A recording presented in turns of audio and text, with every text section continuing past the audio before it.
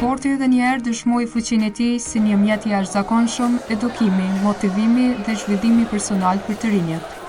Në ambientet e shkollës fillore të mesme të ulët pavarësia në Prishtinë, nxënësit e klasave të shtata u bën pjesë e një aktiviteti sportiv edukativ, i cili solli emocione, energji pozitive dhe një frymë të fortë bashkëpunimi mes bashkëmoshatarëve.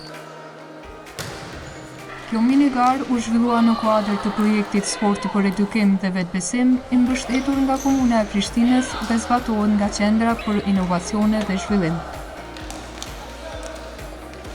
Nxënësit të organizuar në 4 ekipe të 4 klasave të shtata, të cilat garuan mes vete në ndeshje sportive të karakterizuara nga rivaliteti pozitiv, loja e ndershme dhe mbështetja e vazhdueshme ndërmjet shokëve dhe shoqëve të ekipit, çdo ndeshje u shndrua në një mundësi për të demonstruar rëndësinë e punës ekipore, komunikimit dhe vendosmërinë për të arritur rezultate. Gjithë turneut u vëret një angazhim i jashtëzakonshëm nga të gjitha ekipet pjesëmarrëse. Nxënësit demonstruan energji, vetbesim dhe dëshirë për të fituar, duke respektuar në çdo moment rregullat e lojës dhe kundërshtarët e tyre. Ndeshjet ishin dinamike dhe të mbushura me aksione interesante, ndërsa publiku i përbërë nga bashkëmoshatarët dhe mësimdhënësit krijoi një atmosferë motivuese dhe festive.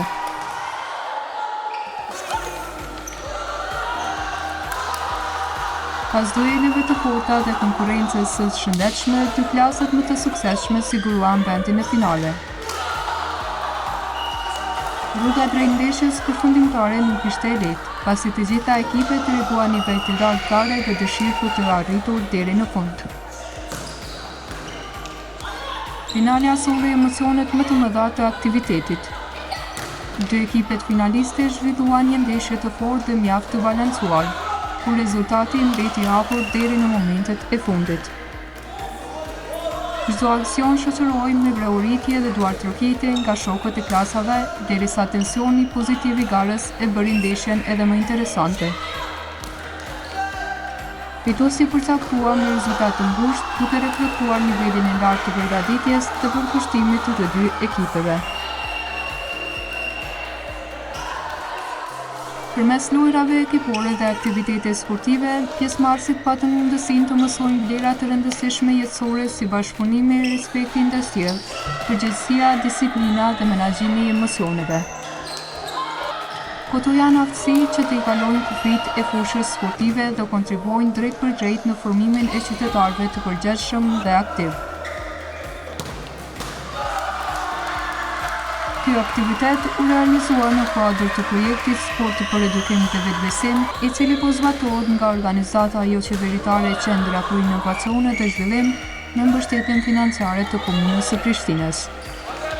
Projekti synon promovimin e edukimit jo formal përmes sportit, nxitjen e stileve të shëndetshme të jetesës dhe fuqizimin e brezave të rinj përmes aktiviteteve që ndërtojnë vetbesim, bashkëpunim, disiplinë dhe respekt ndër sjellje.